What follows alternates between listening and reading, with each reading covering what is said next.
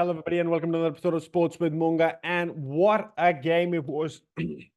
It was a cracking game for one side. For the other, it was a complete thrashing. Um, this was something I didn't expect at all. With this, when I was thinking of this game, who will kind of come out of it on the top? I didn't at one point think that Newcastle will beat Tottenham Hotspurs 4-0, and that's what's happened. And it's kind of shocking for both Ange Postecoglou side where they are in the Premier League right now, but also anticipating anticipating the Newcastle team, who are completely like they don't have the starting lineup. They're playing different players altogether, like Emil Kraft, Jacob Murphy playing in centre back. They have Elliot Anderson playing.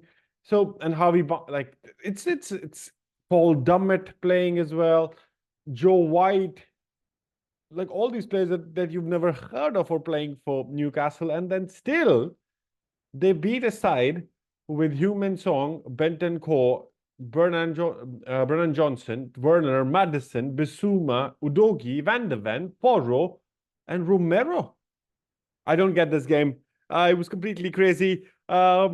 Newcastle fans, get on the comment section, but let me know, what do you think about this game? Absolutely, you'll be like delighted right now. And Spurs fans, what is happening? But before you go and we dive into it more, hit the subscribe button, hit the support the channel, guys. Thank you for your support on the other videos. There's a lot of more content coming through for you from Formula One, from the Premier League, from Bundesliga, and the Champions League and the Europa League as well. So hit the subscribe button and support the channel. Thank you very much, and let's move on. Yeah, it was an Alexander Isak show. 30th minute, first goal scored. Anthony Gordon scores a second and 32nd. 2 goals in 2 minutes. I think that crushed Spurs completely. Isak scoring in the 51st minute as well, and then Fabian Schar, the icing on the cake, 87th minute goal. To make it 4-0 for Ange Postecoglou, who would remember a year back when they played Newcastle and they were battered again. But then, of course, at that time, the manager was not Mr. Ange Postecoglou. It was Antonio Conte. But, you know, things didn't work out well for Mr. Conte. I don't know, but I hope that Ange Postecoglou is not going to be sacked and he will still have this position, because he's building a team for the future, and that takes time. But then completely horrendous performances from the Spurs defense. Mickey van der Ven making the worst mistakes of his life. He's a great defender, but then the mistakes that he's made were like crazy. Pedro Porro kind of giving away the goal as well, like a simple goal for I was like, why are they just handing them the win? And like Newcastle was just kind of sailing through. They never at one point did Newcastle feel under pressure. Eddie Howe basically would feel really, really happy with this game, because he would be like, yeah, why not? I will take this win. It was interesting, though, from Ange Postecoglou's side. He had Son, Bissouma, Pedro Porro all subbed out at around, and Bentancur as well, all subbed out, because he was feeling there was no rhythm in this game, and then he didn't want the game the way it was headed. And that's really bold on him. Like, it's interesting from Ange Postecoglou to make a call to actually sub out Heung-min Son, Bentancur, Bissouma, and Pedro Porro, and to get different players.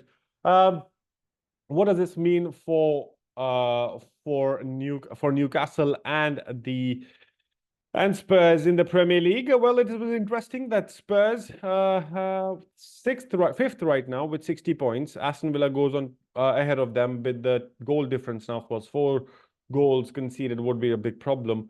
Newcastle now go ahead from Manchester United to 6 spots. Now they're vying, or that they will definitely try for the Champions League and the Europa League, Conference League spots as well, the European nights as well.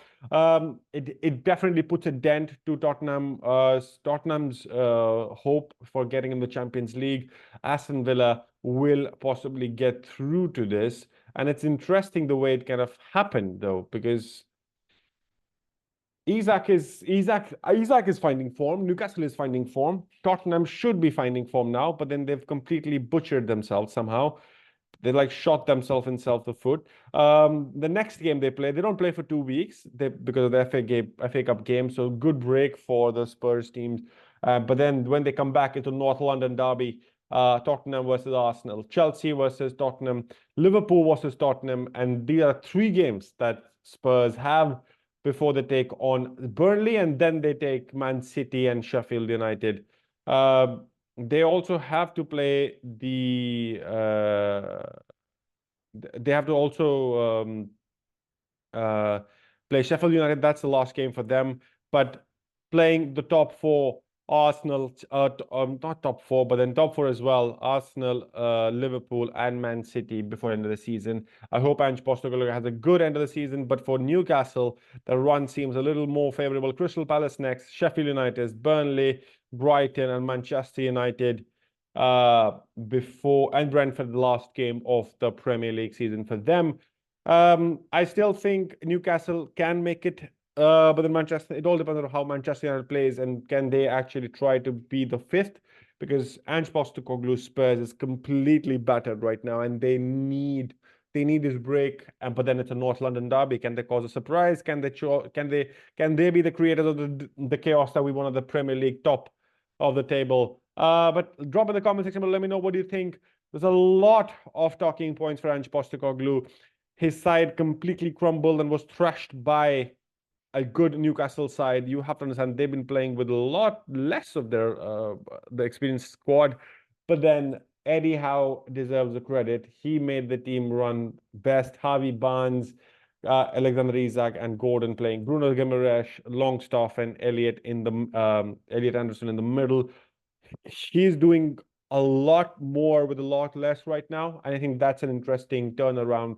We've seen Newcastle kind of completely crumbling by December and January, but now it seems they have some hope as well. Let me in the comments know what do you think. Will Newcastle get into European nights? Will they have something, the conference or the Europa? Or will Spurs cement their squad and cement their place there as well? Do drop in the comment section below. Let me know what you think.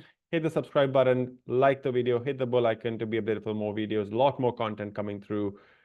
Let's make it more interactive, and thanks for your support, and I'll catch you in the next one.